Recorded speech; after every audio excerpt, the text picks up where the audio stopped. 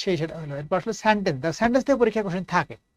Sentence থেকে কি থাকে, এই যে মুভ অ্যান্ড ডাই, এটা সিম্পল করতে বলছে। এখানে খেয়াল করো যে মুভ অ্যান্ড ডাই, এখানে আমাদের অনেক সময় ভুল হয়ে যায়।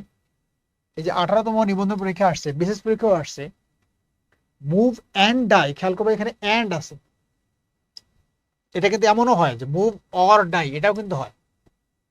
ঠিক আছে, এই ক্ষেত্রে মনে রাখবা কি বলছে, এটা সিম্পল করতে বলছে। প্রথম কথা হচ্ছে যে ইফ থাকলে সেটা কমপ্লেক্স সেন্টেন্স, সিম্পল হবে না।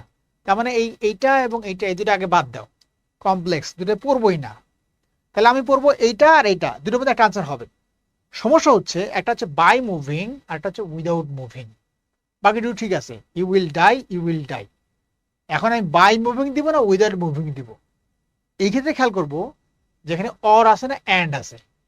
ঠিক আছে, যদি অর থাকে, দেখো খেয়াল করে দেখো যে অর থাকলে সমান সমান উইদাউট, উইদাউট অ্যান্ড থাকলে হচ্ছে বাই, অর থাকলে উইদাউট, অ্যান্ড থাকলে বাই, এটা মনে রাখবা। অ্যান্ড থাকলে বাই, অর থাকলে উইদাউট। তাহলে এখানে কি আছে, অর আছে না অ্যান্ড আছে, অ্যান্ড আছে, তাহলে কি হবে, এটা বাই মুভিং, উইদাউট হবে না।